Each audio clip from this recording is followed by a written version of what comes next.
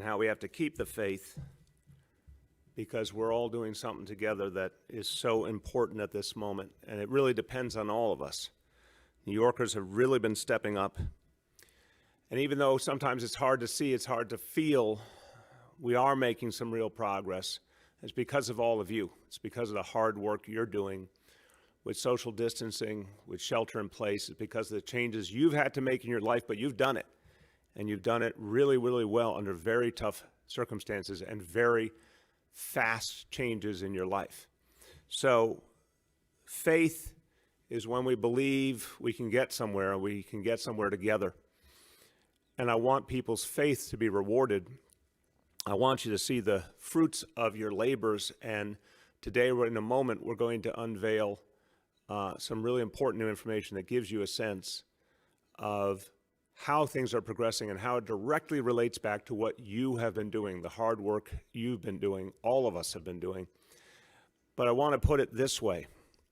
We are now one big team, New York City, all of us, 8.6 million people, all together, one cause, one destiny, we're one team. And when you think about it, this is the most important team you will ever be a part of.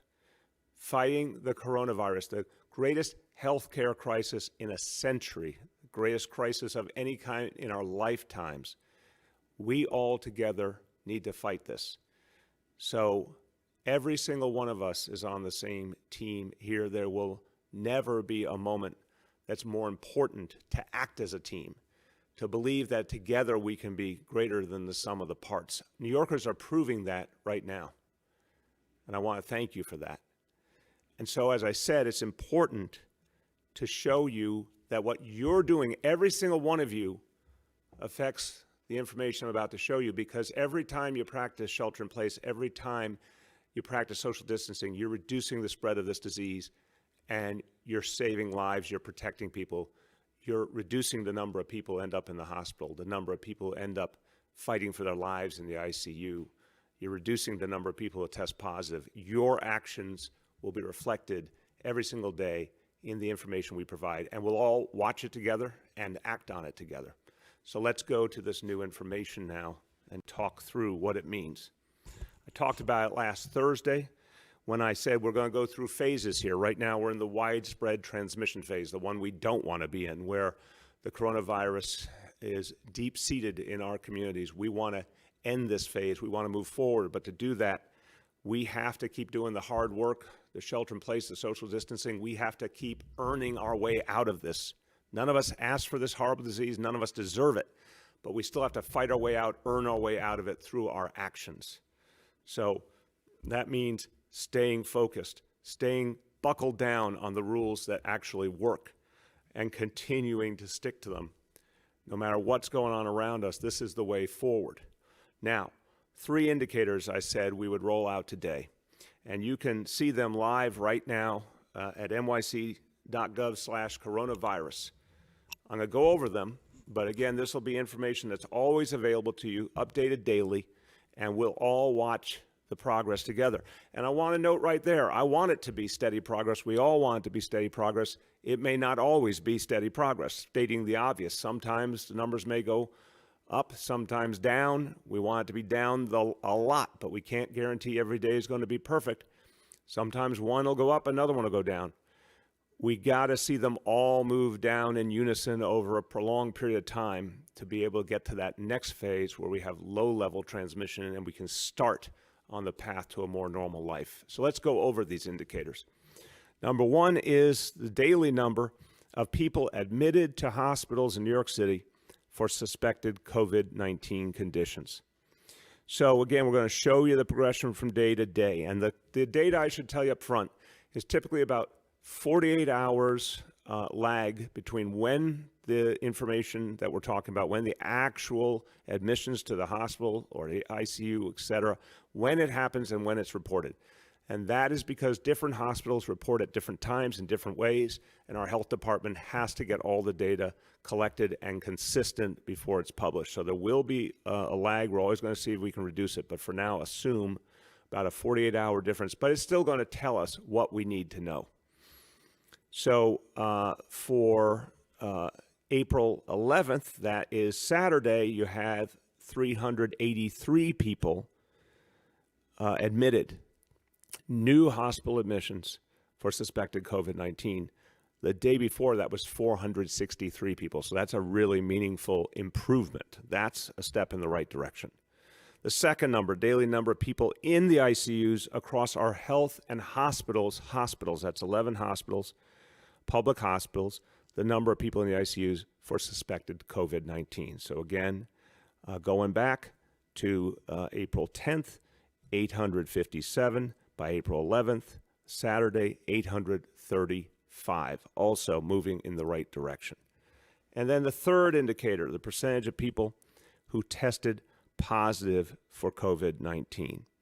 So again, that number, going back to April 10th, 59.3% citywide. By April 11th, 58.1%, moving in the right direction. And then a very specific subset of that, the tests done by our public health lab, and they focus those tests specifically on a certain type of case, and Commissioner and Deputy Commissioner can go over that in detail in a moment. There we see the public health lab testing, again, the same good pattern. April 10th, 80.5% of those tests were coming back positive. By April 11th, 78.4%. So day one of this new effort, I'm pleased to report we do see all the indicators moving in the right direction, moving downward together. This is a very good day. This is day one. Now we got to keep working all together to keep these numbers moving in the right direction. And I want everyone to take it personally.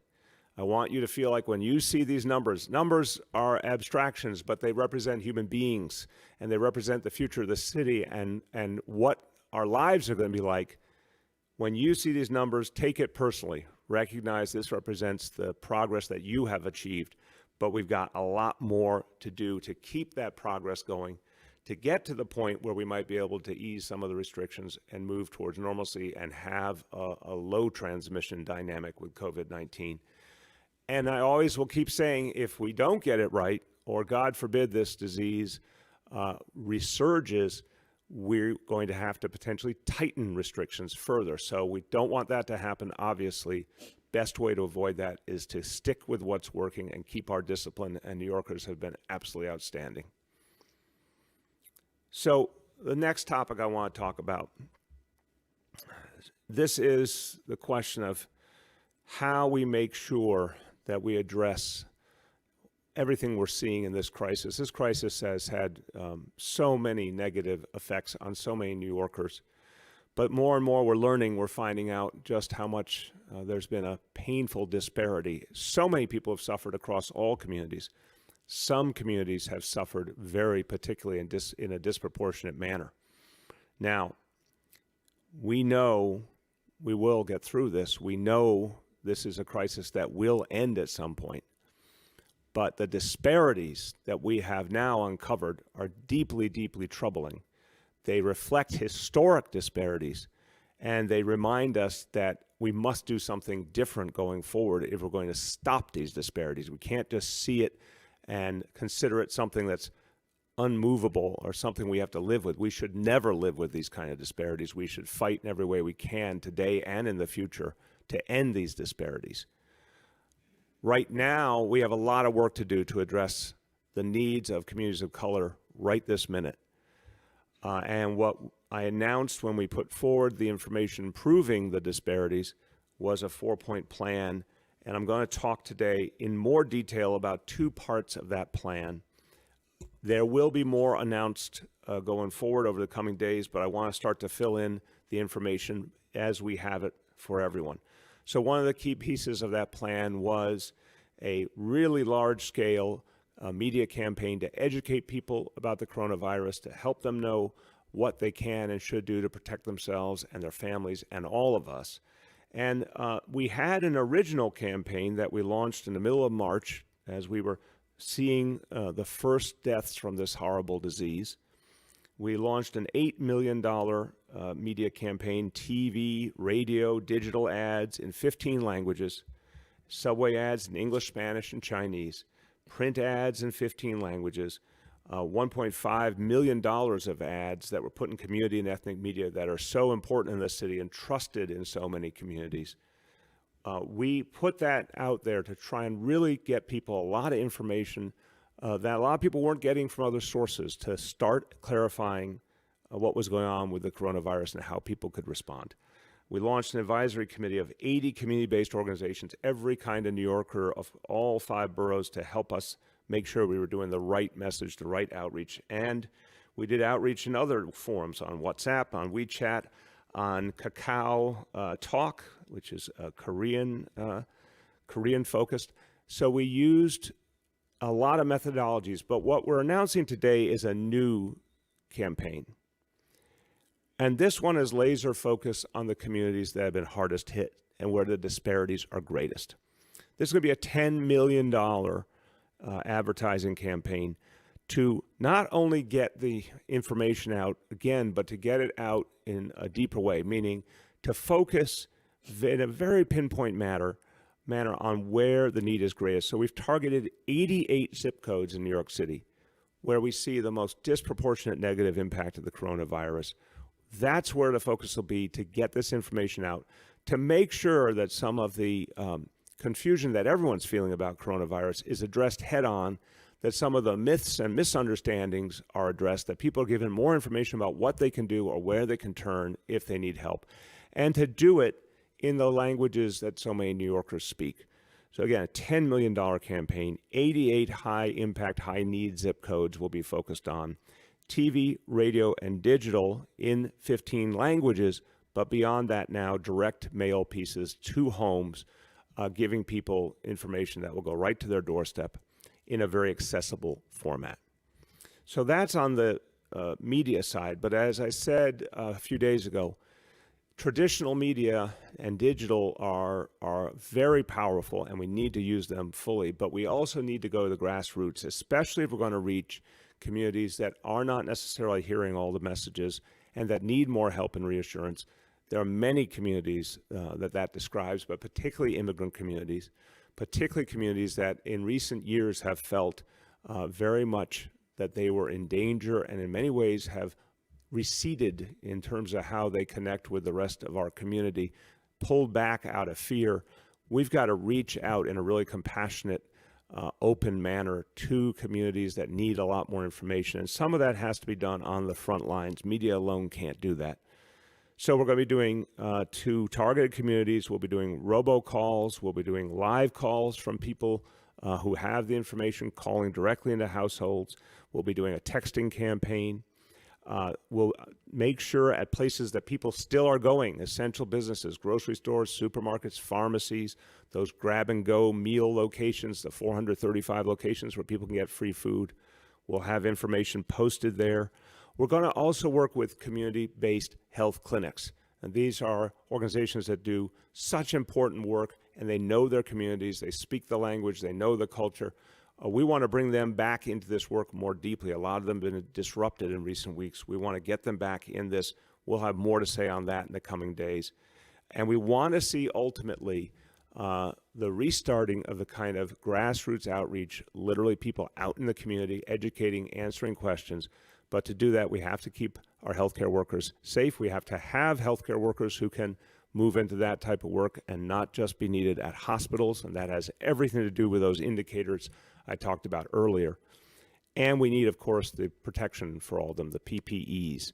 So a number of pieces have to come together, but our goal is to soon have that grassroots outreach moving to really make sure the information reaches communities deeply and widely, and people feel it, understand it, act on it. This is how we can help protect folks who are really bearing some of the brunt here.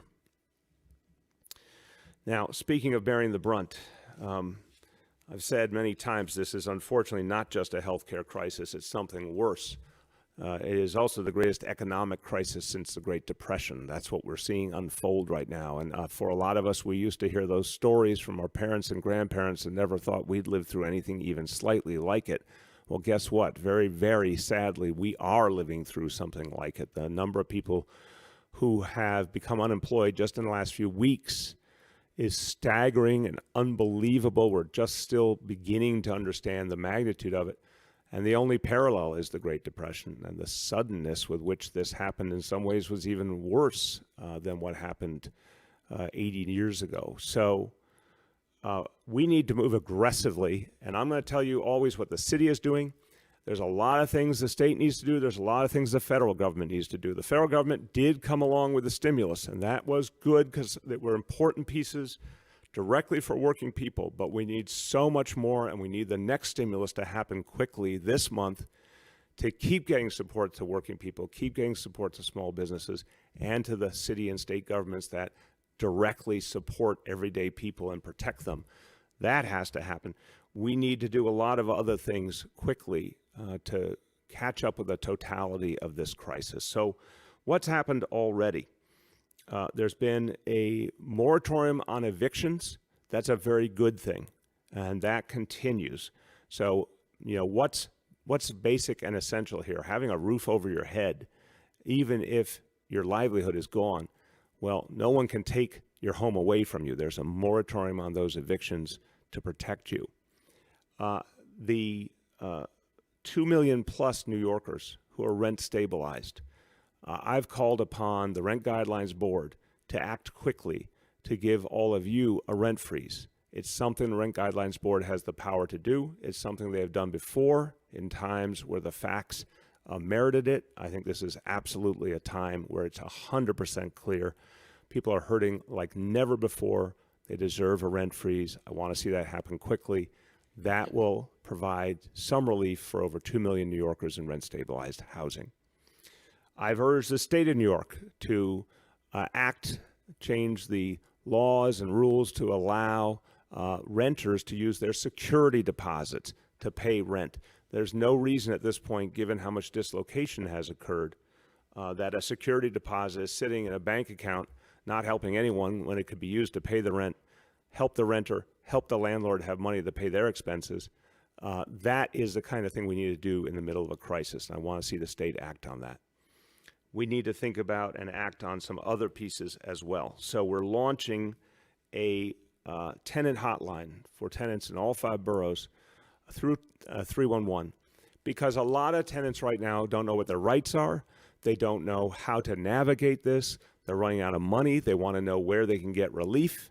And remember, what we can help you with is all the different ways you can get income, making sure you get money from the stimulus, making sure you get unemployment insurance. If you qualify for food stamps, that's another way to put money in your pocket.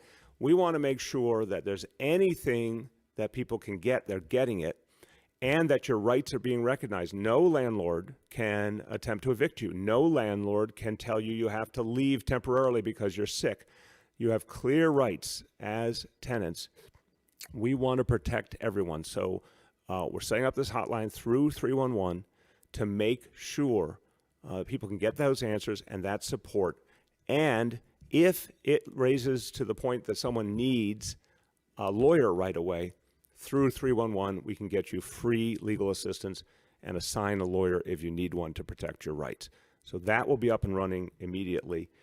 And then 2 other things I think would be really crucial in this situation, given the magnitude of what people are experiencing.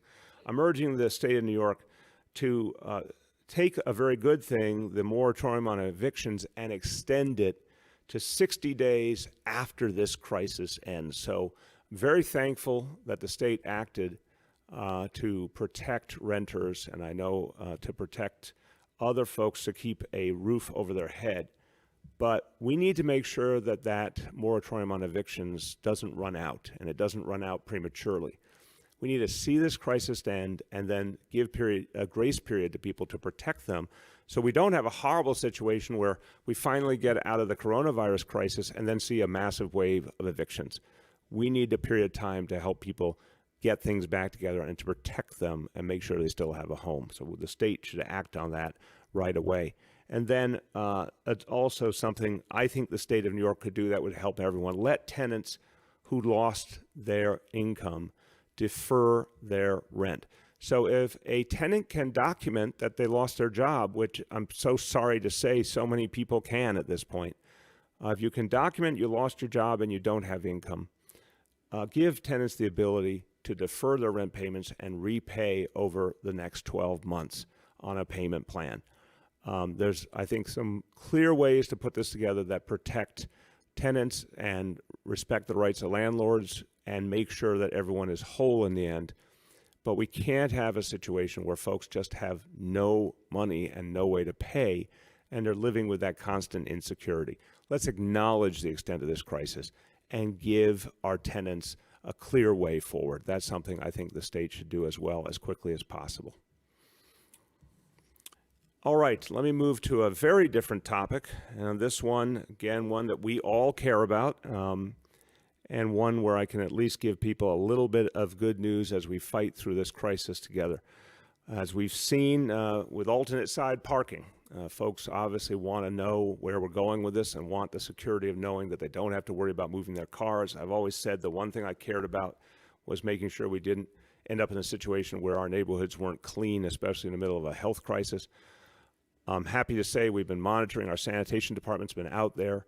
The neighborhoods remain clean in a large measure because so few people are out and about the way they normally are. So we actually see a level of cleanliness that is the right one for our city.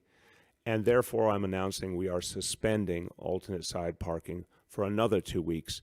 And this will take us till Tuesday, April 28th.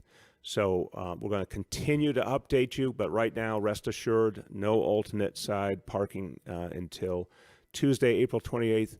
We'll update you again as we get close to that. And to the maximum extent possible, we can give people this relief. I want to do it. Okay, now going back to where I started with how we are making the progress we're making. Look. Every single person is a part of this, as I said, and it's not just what you do. What you're doing is working. People are practicing social distancing. They're practicing shelter in place.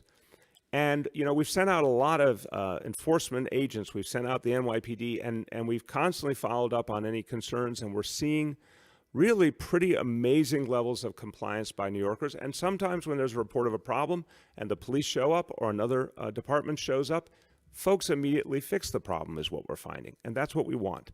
So the best way to make sure that everyone observes social distancing and continues to follow these rules for the good of all is to make sure you're doing it yourself. But if you see someone who's not, that I want you to think about that phrase we have used for years about protecting ourselves, in this case from a different enemy, when we say, if you see something, say something.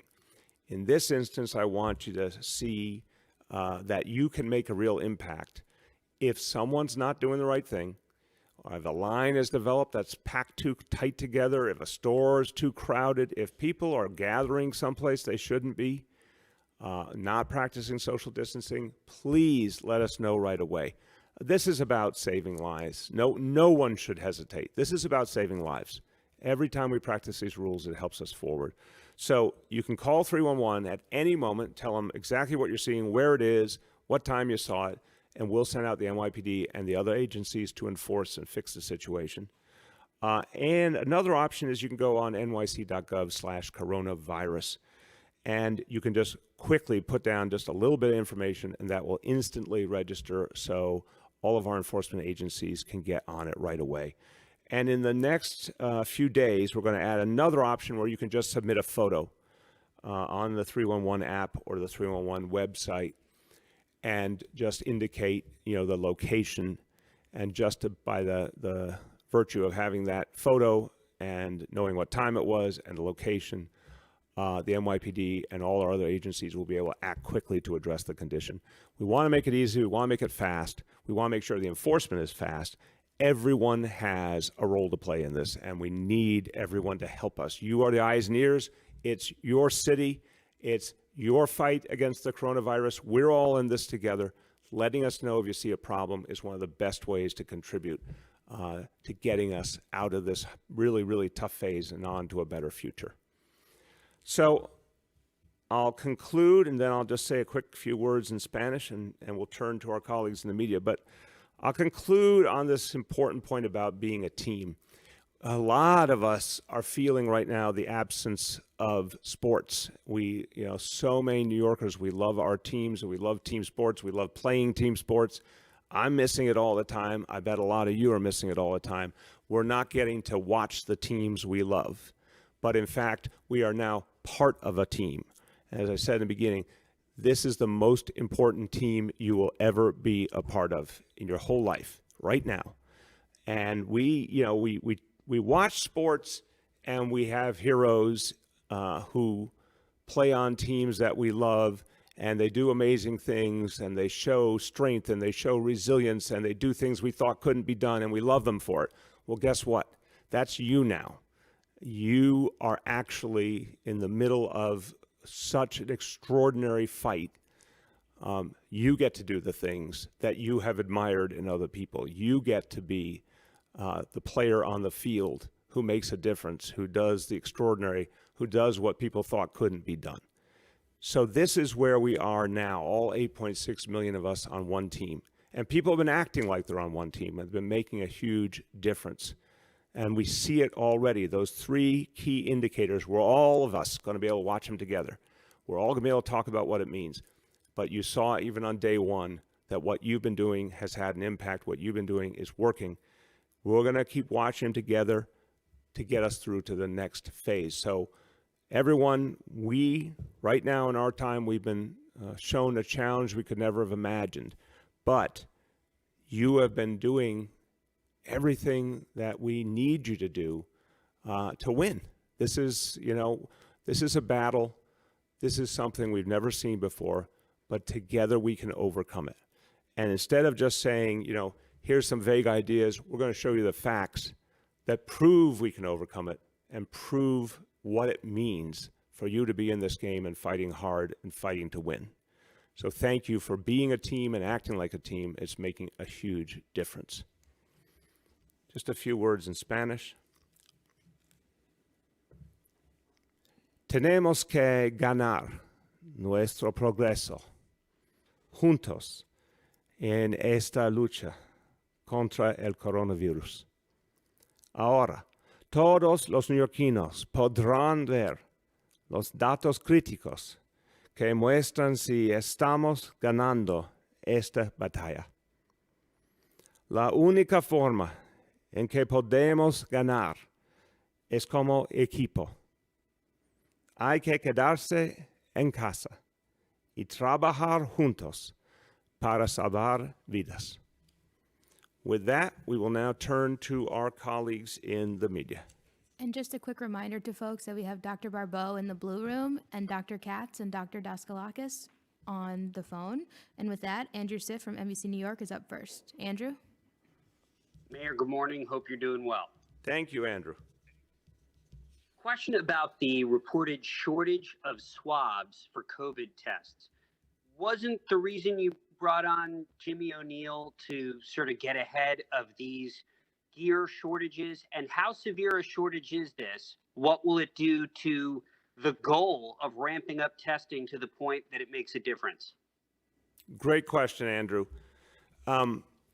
Okay, let me separate for a moment the reality in the hospitals, which is where Jimmy O'Neill is focused with his whole team. He's got dozens of people working with him, versus the broader question of testing, which is really central to our strategy going forward. So in the hospitals, Andrew, the question has been this week-to-week, day-to-day struggle to make sure the equipment and the supplies, the PPEs, are where they're needed, when they're needed. I always say, and I hate to have to emphasize it, but it's true, this is a crisis standard with the PPEs. It's not the ideal standard. It's not what we wish we could do. It's a crisis standard to protect our healthcare workers. But Jimmy and his team have been working to make sure that flow of supplies is constant.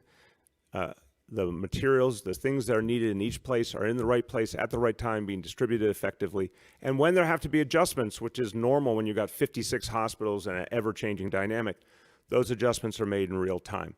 That's the central focus of his team. Well, obviously all together watching personnel levels as well to make sure that is accounted for with our hospitals. The testing has been in a dynamic of scarcity from day one. The weeks and weeks and weeks that we all pleaded before things got so bad for the testing that could have helped us stave off this disease. The weeks since then, we've been pleading for more testing so we could make more impact. The amounts we've had have caused us to be essentially limited to the patients with the greatest problems who are right now in a life and death situation where the testing was crucial to protecting them. Protecting our healthcare workers, determining who could be on duty, who couldn't be at any given point, and trying to keep as many healthcare workers in the game as possible and making sure those who needed care got it. And the same with our first responders to make sure that we were handling them and supporting them properly. That's where the emphasis has been. We are now trying, as we see a little bit of progress with this disease, to open up more and more of the testing capacity for strategic use in communities where the need is greatest. Communities have been hardest hit, and the vulnerable individuals within those communities, and we're going to give out more of those details soon. But even that testing, remember, the test kits are one piece of the equation, and they come with lots of components just to make matters more complicated. We need all the pieces, the swabs and everything else. But then you need the personnel to administer them, who are trained, and you need the PPEs. So until very recently, we were struggling to have enough personnel, and we still are fighting that fight, but we hope we'll be able to free up some more personnel for testing. We hope to be able to free up more PPEs, but that, again, is going to be a day-to-day decision. If we can put those pieces together, we can start this grassroots testing in the places that have been hardest hit. But as you can hear in my answer, Andrew, it's still an atmosphere of tremendous scarcity. What we need to get to low transmission, that next phase we all want to get to, is much more widespread testing.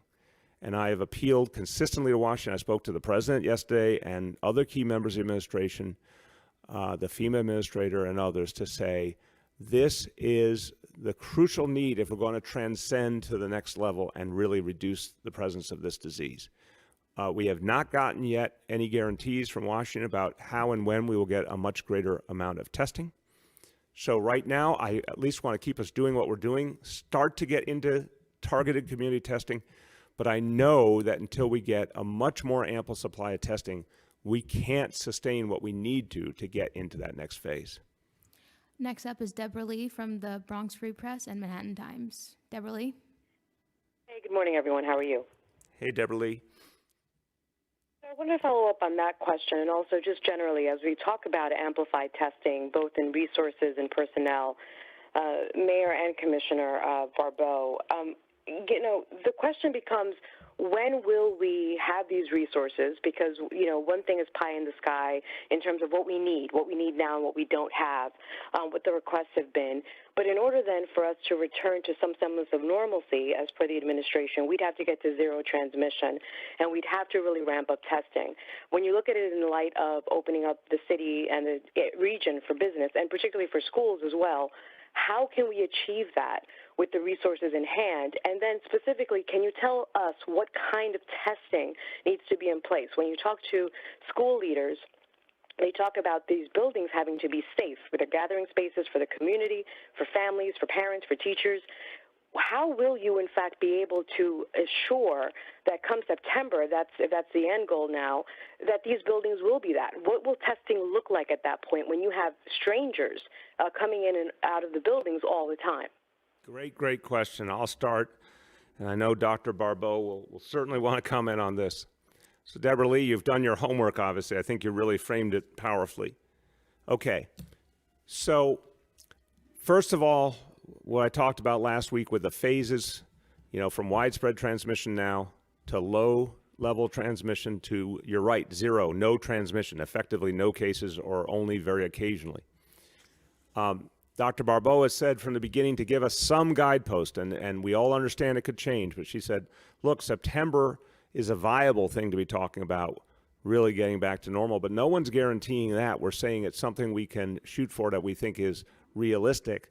And remember, when we talked about coming out of the current phase, this month we're going to be, unfortunately, in the widespread transmission no matter what. Next month, undoubtedly, for some of May, if not all of May, we'll still be in widespread transmission. We'll go into June. I hope we're either already moving out or start to move out in June.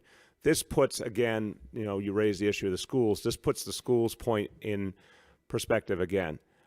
Given that it's so unclear when we even start on that pathway to low-level transmission, this is another reason why it makes sense to keep our schools closed.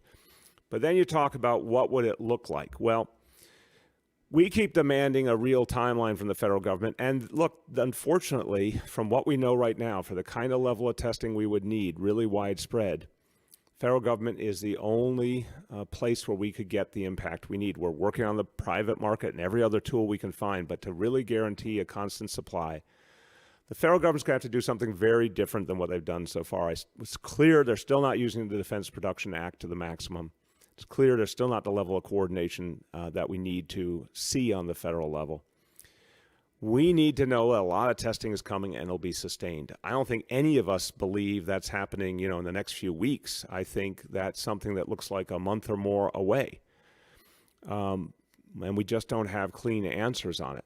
But it can be done. It's a matter of, using all their powers to make it happen. Because again, Deborah Lee, here is the fallacy.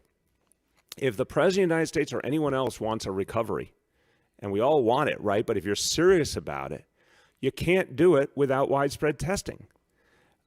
You cannot have a real recovery if you can't test people and you can't get this horrible widespread situation reduced so we can get down to low level. If you don't get down to low level, you're not going to have recovery. If your hospitals are constantly on the verge of being overwhelmed, you're not going to get a recovery. If your cities and states can't function, can't provide basic services because we're still in the middle of crisis and there's no revenue, you can't get to a recovery. You actually have to get the healthcare part of this equation right to be able to get the rest of the economic equation right. And I fear a lot of the time hearing the president and some others in Washington that they kind of want to skip a step and say, hey, let's just reopen.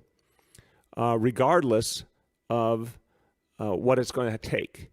And I think if you listen to some of the really great health experts, including Dr. Fauci, you hear the constant warning, get it right, do not take your foot off the gas, do not jump the gun, or you'll regret it when this disease reasserts. So that is my way of saying to you, to actually get to the day where we can get to low-level transmission that takes a lot of testing so that anytime you need to test anyone, anytime you need to test people you're tracing in a group of people like those disease detectives from Department of Health do, they need a test available.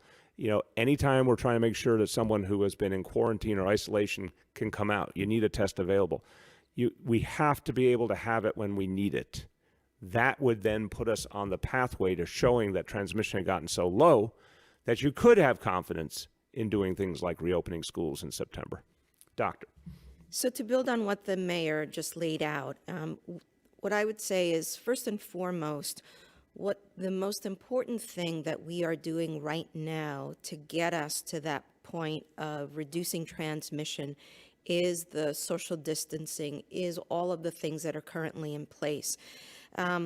Beyond that, this tightening of the supply chain for the swabs that are necessary for testing are part of a national and international challenge. And that's why we have been focused on ensuring that we target testing to those most in need, and that the testing of others is sort of ramped up as supplies allow. But the most important thing is that as we get to the point, or let me rephrase, the most important thing is we won't be able to get this over the finish line, if you will, if we don't have the supply that the mayor was calling for and the assistance from the federal government, because that's when testing is going to become that much more critical for us to ensure that when we identify additional individuals who do contract COVID-19, we're able to put the control measures in place to ensure that we go from low-level transmission to no transmission, and testing is going to be critical at that juncture. Marsha Kramer from CBS New York. Marsha? Marsha? Can you hear me? Yes, we can. Yeah, You hey, hear me, Marsha, Mr. how you Mayor? doing? How are you doing, Mr. Mayor? So the question is this: there's a big fear that if we don't get businesses open soon, you may have widespread business failure in New York City.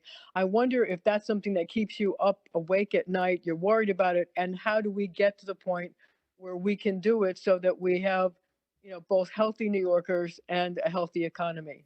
Yeah, Marcia, excellent question. I do worry deeply about our businesses, particularly our small businesses, surviving this and being able to employ, our fellow New Yorkers and keep us all going. So that worries me. But worries me even more is all the people whose lives are in danger, making sure we do everything to protect them and making sure we do not make the mistake of letting this disease come back even stronger. And there is evidence around the world that sometimes governments took their eye off the ball and they paid for it in a really bad way when the disease reasserted. So to save those businesses, we actually have to get the healthcare part of this right. And Marcia, I don't think that means forever. I think that means doing it right for, weeks or a few months and really making sure we shut the door on this to the maximum extent possible, moving into that phase of low-level transmission, getting through that to the point where we basically don't have cases. We got to get that right. That's the best way to make sure that businesses can come back. In the meantime, it's incumbent on our federal government to keep supporting small businesses. I'm done with the corporate bailouts. The big corporations are going to find a way. But the bailouts we need, the support we need is for small business. I know this is something Senator Schumer keeps talking about. There's more that needs to be done in the next stimulus. So let's get the healthcare part right, and that's the way to actually save the small businesses and revive the economy. Yoav from the city is up next. Yoav? Hi, Mr. Mayor. I'm just wondering if you can detail some of the city's efforts to ramp up testing. The last public-private partnership I can recall being announced was March 17th with BioReference. That was on the analysis side. If there's a swab shortage, is there anything the city can do, possibly to tap local manufacturers to create it? So, leaving the federal government's role aside for a second, what has the city been doing and what have been the obstacles here? The city we're definitely looking for anything that can be done effectively to either create components or in any way expand capacity. We got to do a lot of expansion and we've got to keep it sustainable. But yes, we are trying right now to figure out if there's a way to do it. I think the truth is that from what we're seeing so far, the only way we could have the really big supply we need on a sustainable level is if the federal government was able to do something very different to help us. But we will keep looking to see how we can help ourselves for sure. And as we have any progress, we'll announce it. The challenge has been since that announcement with the great help we got from BioReference, which was absolutely fantastic, how much of the testing has been needed to address the ever-growing number of cases and an ever-growing number of people whose lives were in danger, to address the needs of the healthcare workers and keep them going, and the first responders as well. So even though we built out a lot through BioReference, there was a whole lot of need too. The other thing to remember is since then, the number one preoccupation has been keeping the hospitals going.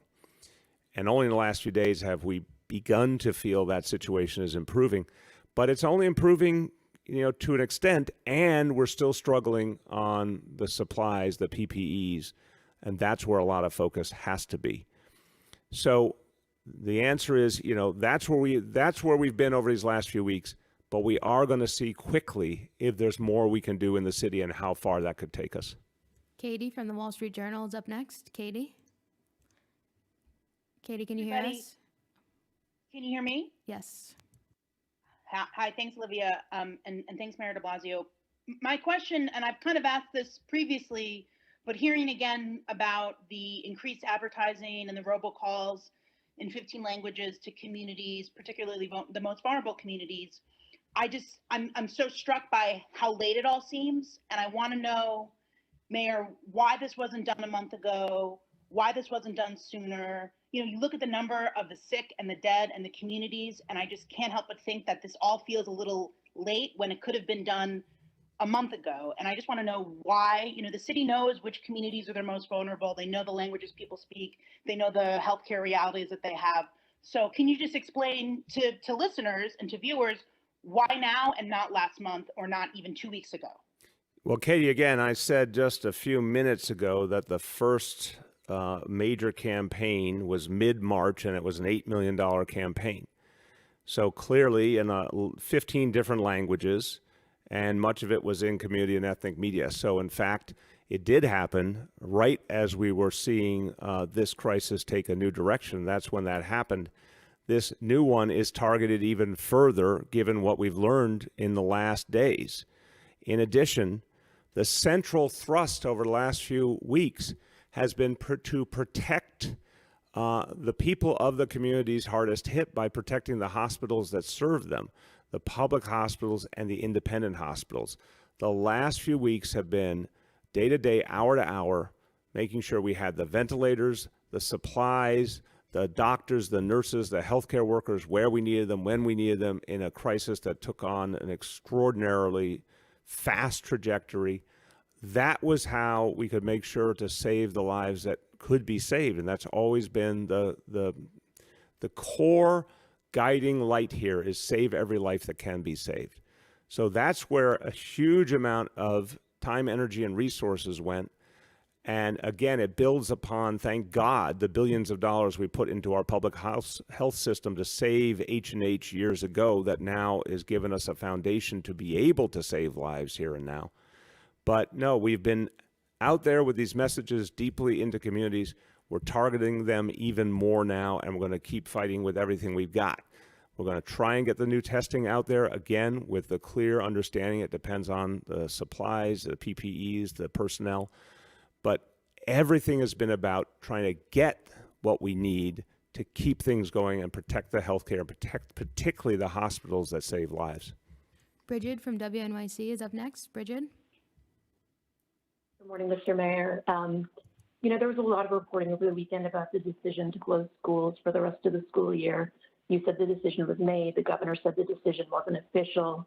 You two haven't appeared together since March 2nd.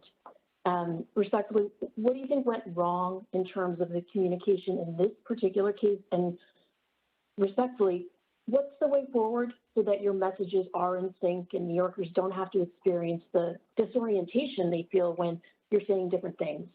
Yeah, Bridget, respectfully back. As I've said many times, the vast majority of issues, the city and state have been absolutely on the same page.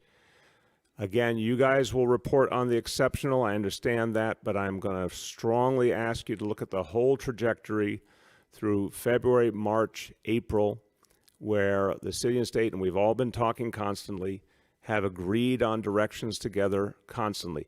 It is not shocking that sometimes there's just differences of perspective, because what I need to do to protect kids and parents and families and educators in New York City, it may be a different reality than what the governor's thinking about if he's thinking about the whole state or the whole tri-state region. But what I did, what the chancellor did, was to protect our people. Schools clearly need to stay closed. They will stay closed because the reality is just what we talked about before. There's not going to be a context to reopen schools with so much we're going to have to deal with on the health front to get to a better place and a more stable place. So we're always working to make sure that we get to the same positive outcomes. Sometimes there may not be perfect agreement, but we're still going to get someplace together. And I actually think respectfully, I think the media is very sensitive on this topic. I think everyday people just want to know, where are we ultimately going to go? And I'm telling you, the schools are not going to open because it won't be safe to open them. Sydney from The Advance is up next. Sydney? Hey there, Mr. Mayor. So Borough President James Otto said over the weekend that you agreed to send more medical staff supplies and coronavirus testing to Rumsey and SIUH. Can you tell us a little bit more details about these commitments? What specifically are you sending, when they'll be arriving at the hospitals, and also why it took you so long to commit to sending these things to Staten Island? Sydney, and just one more. Sydney, One it more- didn't take long, and again, I think very highly of the borough president. We've had this conversation, he and I, over many days. Every single time, and Dr. Barbeau will attest to this, every time the borough president has said there's a certain supply needed, we've made sure the supply got where it was needed, or we made sure that the state or FEMA or someone was getting the supplies where they needed. The personnel situation we've been working on, that's been a hard situation for everyone because we're still trying to get more personnel. But no, I'm sorry, I'm just not accepting the way you're phrasing the question. Staten Island has been a priority with all the other boroughs to get constant supplies, PPEs, ventilators, whatever hospitals have needed. And every time I've checked in on what's going on with the Staten Island hospitals, I keep getting the report back that they, like everyone else, have been sent all of these basic supplies. What everyone is grappling with is that it is not the standard any of us want to be living with, which is to go back to a kind of peacetime standard. We're on this crisis standard. No one loves living this way, but all hospitals are being supplied and served. Gloria from New York 1 is up next. Gloria? Gloria, can you hear us? Yes, can you hear me? Yes, we can. Okay. I have a question from my colleagues who are covering the education beat during this time, and they're specifically wondering, the UFT has said that they have knowledge of at least 40 school staff that have passed away as a result of coronavirus, but the Department of Education has not released any data or any numbers about it. So what is taking so long? How are you tracking deaths within the DOE? And why hasn't the information been released yet? Yeah, and Gloria, every piece of information that we have that's been confirmed should be released, exactly as we're doing today with the new indicators. So the chancellor is not on the phone with us, but the bottom line always is that once something's confirmed, we want it released. So I'm told that today the DOE will put out an update. It's a very painful update. I mean, this is about people who are beloved in their school communities and have done so much good, and now they're gone. But today the DOE is going to give that update. Aaron from Politico is up next. Aaron? Mr. Mayor, on the school closing or opening issue, I heard you say they will remain closed and that, most people just want to know what the outcome is going to be, which is definitely true. So can you explain, it would seem in normal circumstances, at least, the schools are controlled by the mayor. If you say they're closed, they're going to be closed. Have you done any kind of analysis as to whether there's anything in the governor's emergency powers or any other contingency that could require them to open, or as far as you understand, is your authority simply to close them because they work for you? Appreciate the question, Aaron. And I think it's a real question, but I also think in many ways it's a hypothetical question. I'll tell you why, because the health reality, the safety reality is just overwhelmingly clear. In the final analysis, we have to protect our kids, our parents, our families, and our educators. The only way we can do that with assurance is to keep our schools closed. The only way we can help make sure that we actually get out of this horrible phase of this disease is to keep our schools closed. Now think about it this way. Who is presenting the opposite view? Well, I'll tell you, when I talk to national and local healthcare leaders, they all say keep the schools closed. When I talk to educators and union leaders, they say keep the schools closed. When I talk to all the people who've been in the middle of fighting this crisis and want to see us turn the corner and beat back the coronavirus, they say, keep the schools closed. I literally don't hear any voice saying we need to open these schools in the middle of so much insecurity and such a huge fight. I don't hear anyone saying, oh, don't worry, it's going to be fine, it's going to be safe for 1.1 million kids. So I understand the question, but I'm only going to say it this way. I think in real terms, in practical terms, like bottom line, the schools are not going to reopen. Jeff Mays from the New York Times is up next. Jeff? Good morning, Mr. Mayor. Just a quick question on the disparities, your plan to address the coronavirus disparities.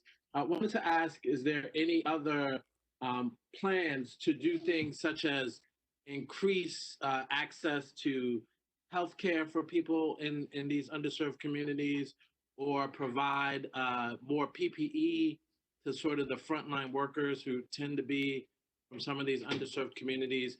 What else are you going to do other than the ad campaign to address these health disparities? Okay, so Jeff, you'll remember that we said there were 4 points to what we were doing right away. Protecting and continuing to support the public hospitals that have borne the brunt of this, Elmhurst being the most prominent, but many others as well. Making sure they had the personnel they needed. We've gotten a lot of those military medical personnel to them, hundreds, which has been very, very helpful, given some relief and support. Getting a lot more contract personnel in there. That's been thousands. Making sure they have the supplies, the PPEs, the ventilators, anything and everything to protect the public hospitals that are really at the front line, the tip of the spear of addressing the disparities. And obviously true for a lot of the independent hospitals as well, and we're supporting them directly to make sure they can keep doing their work. So this is the most important piece of the equation. If you're going to fight disparities, you have to actually ensure that the hospitals that have borne the brunt and historically didn't have enough, because this is a blunt truth about the disparity. These are all the hospitals that were under-resourced for decades and have borne the brunt of this crisis, but all the disparities for years and years before. As I said the other day, we put billions of dollars way before this crisis into saving health and hospitals, saving our public hospitals. Thank God that was done, because now those hospitals can be in the lead of this fight. Second, to make sure we were communicating more deeply, more in a targeted fashion to the parts of the city, to parts of the community that needed even more communication. Third, the grassroots outreach that I described, which ideally is going to take a very direct physical form in the meantime, will be, through things like texting and direct phone calls into individual households to help them get information, to have a way to get guidance. Fourth, to do the telehealth model on a much deeper level. So anyone, but particularly folks who are in communities that have really suffered particularly and need more information, need more guidance, need a health professional to talk to, that they can reach someone readily at a broad range of hours a day and get the help they need. So that's the immediate plan. But it is connected to years of trying to shift, and I told you, billions of dollars redistributed towards communities of greatest need. And we talked about the other day, not just for the hospital system, but for housing, for employment, for benefits, wages and benefits being improved, all of the things that come together. The public health people will attest to this, and I'll turn to Dr. Barbeau, how all these things come together. If you're actually going to go at these disparities, you have to spend years redistributing wealth and creating a whole different foundation for communities that have been left out to have some potential to get what they deserve, including the health care they deserve. And then most notably, what we started a year and a half ago, a guaranteed health care effort for anyone who didn't have insurance, to either get them better, lower cost insurance, or get them the NYC care card so they could get health care directly through our public hospitals and clinics. Physical health, mental health, obviously the entire Thrive initiative has been about getting mental health services to people who never had them, who never could afford them. That has been working on a big scale. The demand for Thrive mental health services is skyrocketing, unfortunately, sadly, because of this crisis. But no one has to pay for those services. You know that mental health services used to be largely for those who were well off, and those who did not have money didn't get mental health care. Thrive has been changing that. It's particularly true now. So all of these things are about addressing disparities in health care. We've got all the things we did before. We've got the things we've announced more. And then as we look to recovery, we have to continue to change this city. We have to see the recovery effort as a fundamental moment for further redistribution and further equalizing and creating a fairer and more just city. We cannot just take a bad, broken status quo and repeat it again. We've got to do something different. So we're going to go through all of these stages rapidly, but anything that we have that we can use to help people, we're going to. And you made the point about the PPEs.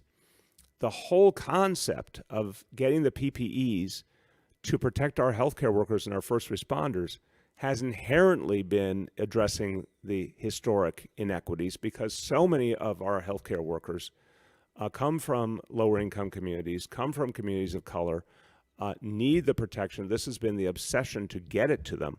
We want to get it even more widely out into our workforce and into communities, but the first thing has been to protect our healthcare workforce and our first responders so that everything else can happen. Dr. Barbeau? So, Mr. Mayor, just to add to what you laid out so comprehensively, is that in tackling the inequities, it's not enough to deal with what is on the surface, but it's also important to deal with the underlying drivers. And so the fact that there has been attention paid to supporting the infrastructure, the healthcare infrastructure that serves communities of color and serves poor people in this city, and the infusion of support to health and hospitals, the infusion of support to the underlying educational system, all of those things really drive to support an equity agenda. You know, the sad reality is that these inequities have been for generations hard-baked into the way in which this city works, and undoing those takes much more than just dealing with what's on the surface. Doesn't mean, of course, we don't deal with what's on the surface, but if you don't deal with what's underlying it, then we're always going to have those inequities. And so this equity plan that we're laying out, that the mayor really talked about, is going to be a phased approach, and there are going to be more components to it, but we're starting here and now with doubling down on the direct mailings, on the robocalls, and we're ensuring that we leverage the trusted voices of the community-based organizations that serve these communities so that we can then go even further into delivering the message that's going to help to save lives. Last two, Anna from the Daily News. Anna? Hi, Mr. Mayor. Can you hear me? Yes, Anna, how you doing? I'm good. I hope you're doing well too. I wanted to know if whether the correction commissioner, if there's any reason why Commissioner Brand hasn't spoken publicly about the pandemic, given what's happening at Rikers and just the high rates of infection and the number of workers and inmates who have gotten sick and died. She doesn't appear to be at any briefings, and I don't think she's ever appeared on television speaking about it. So you address that? Sure, Anna. Of course, I don't know everything about her schedule. I know about her work. I think Commissioner Brand has continued over the last couple of years to really reform and improve our correction system, and it's a huge, difficult job, but she and her team have been moving the jail system forward and making it in so many ways safer and more humane for everyone. But it's against a backdrop of making up for years and years of bad policies and disinvestment well before we came here. In this crisis, I know she's been working very closely with Dr. Katz and everyone from Correctional Health to make sure that health care is provided. She's been working with our team here at City Hall and with the NYPD on determining what were the appropriate releases of inmates, which is now a number somewhere in the neighborhood of 1,200 who have been released, including those released with the agreement of the state and the DAs. Everything to ensure that inmates who needed to be, as they were released, were handled properly, supervised, got into isolation if they needed that, got the health care they need. She's been in the middle of all this and leading through all this. So whether she is, a public face all the time or not, I just don't know how and when she addresses the press. But I can see her work, and I'm very, very sure it's effective. Certainly want to make sure if she's got something that she wants to say publicly, she gets the opportunity to do it. But that's why, I'm convinced, having watched what's happened, that the work that we need done is being done. Last question goes to Henry from Bloomberg. Henry? Yes. How are you, Mr. Mayor? Hey, Henry. I want to get hi. I want to get back to the subject of these neighborhoods that have had a disparate impact. these neighborhoods, I've been calling people in these neighborhoods for the last month, and they've really had no information at all for the last 5 weeks. I mean, they literally have, some of these politicians have constituents who have had no clue as to what to do about the virus. People were getting sick. But my question really goes to the neighborhood clinics, where, you know, you set up this health system and you touted it very highly that you were going to save the public hospital system by going into the neighborhoods and having clinics. And when this crisis hit, the clinics were gone and people couldn't walk to get medical care. So they stayed at home and their conditions became much more acute, and they wound up overwhelming hospital emergency rooms.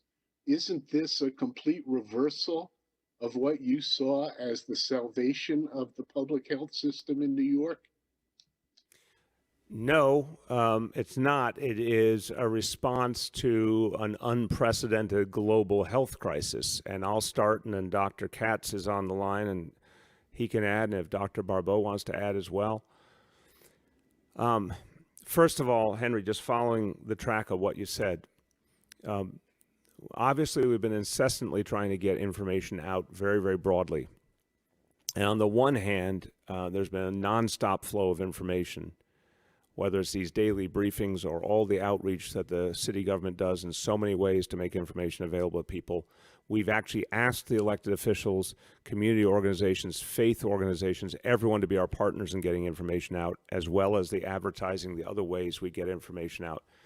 I think there's been a lot put out. I think it's true, however, that with an ever-changing crisis and a confusing reality, because there's no one on earth who fully understands the coronavirus, that some of the information still needs to be amplified, clarified, done in other languages, you know, reached in a more targeted fashion. That's what we're doing now. But there's no question about how intense and total the basic effort has been to get good information out, including a lot of direction. I've heard Dr. Barbeau say in English and Spanish more times than I could count in the last few months exactly how people should address the situation personally, in their family, in their lives. So that's been happening. We're going to just do more and more targeted all the time. On the question of community-based clinics, Henry, the fundamental conundrum here was we had to fall back to the hospitals. I mean, this was a very explicit discussion over weeks and weeks right from here at this table, that the trajectory we saw for this disease was so bad that we had to hold the hospitals as a last line of defense to save lives. And that meant focusing everything we had on supplying and protecting the hospitals and making sure that they were never overwhelmed.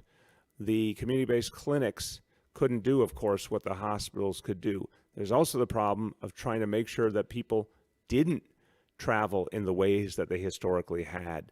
It would have been another danger if that had happened. We had to try and limit what people did in the right way by making sure at the same time that people who needed the help the most got it. So it was a very challenging equation. Now that we have a little bit of breathing room, we want to go back and reinvigorate those community clinics to the maximum extent possible so they can go out into communities. We're still not saying to people, do a lot of traveling around, go back to your regular patterns, but we do want to get the clinics out in an outreach way out into communities to the maximum extent possible as we work our way out of this phase and get to a better phase where we can then start to loosen things up. So to conclude, and I'll turn to Mitch, Henry, this is absolutely the result of going from peacetime to wartime. What you saw was a radical shift because it was the only way we could guarantee that our hospitals could function and save lives. And we had to make some very, very tough choices in an atmosphere where we knew there would be profound scarcity, whether you're talking about hospital beds, personnel, PPEs. Until a week or so ago, it was entirely hand-to-mouth. It's still pretty damn hand-to-mouth. You know, as I said yesterday, I only can say that the city has the PPEs to get through this week. I can't guarantee you next week yet. So that's the backdrop against which we made the decisions, concentrating all of our capacity where it would have the biggest impact and protecting the core of our healthcare system. Dr. Katz? I would just add, Mr. Mayor, that through your efforts, we have 311 sending all phone calls to health and hospitals with anyone with a clinical question. We've answered more than 50,000 questions, and that's a real doctor 24 hours a day, 7 days a week. And because of the language capability of 311, it's in all languages. So I think that's one of the ways we've tried to stretch ourselves during these horrible times. Also, all of our clinics are open. Our doctors make telephone visits to their patients. I called all of my patients last Wednesday that were on my schedule, including a new patient who had not previously been seen, to check out if any of them needed refills, that we maintain enough staffing so that if people do need refills of chronic medications or they need to be seen because they have a problem, they can still be seen. So we are doing our very best, as you explained, to keep things going during this horrific emergency. Thank you. Dr. Barbeau, you want to add? No, I think the two of you covered it just right. Thank you so much, Doctor. Everyone, thank you. Again, I'll conclude with the point that we have today, for the first time, these new indicators that are going to give us a very clear picture of what's really happening and where we are going. Today, you can see, thankfully, thank God, some proof we're going in the right direction, but we got a lot more to do. And finishing on that point of team, when you're on a team, there's that feeling, that very good feeling, that sense of camaraderie, that sense of everyone pulling together. We're all used to thinking as individuals, but when you're on a team, you think about something bigger. That's what I see New Yorkers doing more and more. And sometimes you see, if you're a sports fan, you see a team that's got some good players on it, but somehow achieve something even greater than you would think that group of players could achieve, greater than the sum of the parts. Well, New Yorkers were already great, but you're achieving something even greater with the way you're working as a team. We are really moving mountains right now because people are sticking with social distancing, sticking with shelter in place. It's not easy.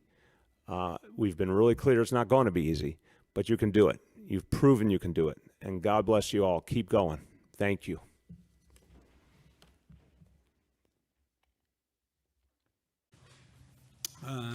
Everybody knows who's here. Doctors to my right, Dr. Jim Malatras, Dr. Howard Zucker to my left, Secretary to the Governor Melissa DeRosa, and Budget Director Robert Mahica. Let's give you some facts, plain truth facts. Here's the good news. The curve continues to flatten.